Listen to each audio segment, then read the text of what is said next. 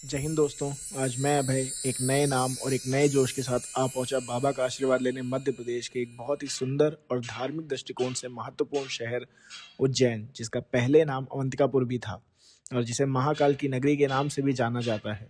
आज मैं आपको उज्जैन में स्थित महाकाल और माता हरसिद्धि के मंदिर से जुड़े कुछ तथ्यों से परिचित करवाऊंगा। काल भैरव के दर्शन के बाद मैं चल दिया माता सती के 51 शक्तिपीठों में से एक माता हरसिद्धि के मंदिर के दर्शन के लिए। ये मंदिर वहां स्थित है जहां माता सती की कोहनी अर्थात एल्बो आकर गिरी थी और यह माना जाता है कि जो मनोकामना स्तंभ दीप जलाते वक्त बोली जाती है वो पूरी होती है। और इन दोनों स्तंभ दीपों की ऊंचाई 51 फीट की है। हरसिद्धि माँ के दर्शन करने के बाद हम चल दिए महाकालेश्वर के दर्शन करने, जो भगवान शिव के 12 ज्योतिर्लिंगों में से एक है और इकलौता दक्षिण मुखी ज्योतिर्लिंग है, क्योंकि अधिकांश ज्योतिर्लिंग उत्तर मुखी होते हैं। महाकालेश्वर अपनी अद्भुत वास्तुकला और आध्यात्मिक महत्व के लिए प्रसिद्ध है। ऐसी मान्यता है कि महाकाल के दर्शन मात्र से लोगों को मोक्ष प्राप्त हो जाता है।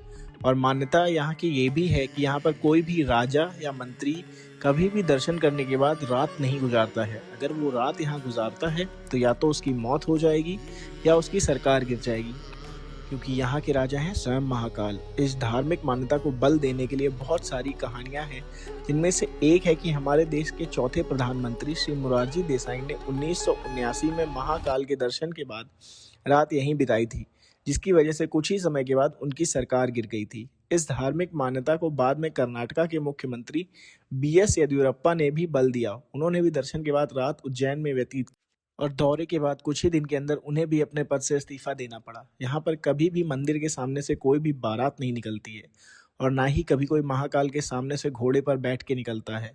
अगर कोई ऐसा करता है तो उसके साथ अनहोनी हो जाती है, ऐसी यहाँ की मान्यता है। यहाँ पर सबसे ज्यादा प्रसिद्ध है महाकाल की आरती, जो अग्नि से नहीं बल्कि भस्म से की जाती है। और ये भस्म आरती दुनिया भर में प्रसिद्ध है। ये भस्म आरती वर्षों पहले चिता से लाई हुई भस्म से की जाती थी, लेकिन पिछले कई वर्षों से ये आरती कपिला गाय के गोबर से बने कंडे, शमी, पीपल, प्लाश, अमलतास, बड़ और बेर की लकड़ियों को जलाकर बनी भस्म से की जाती है।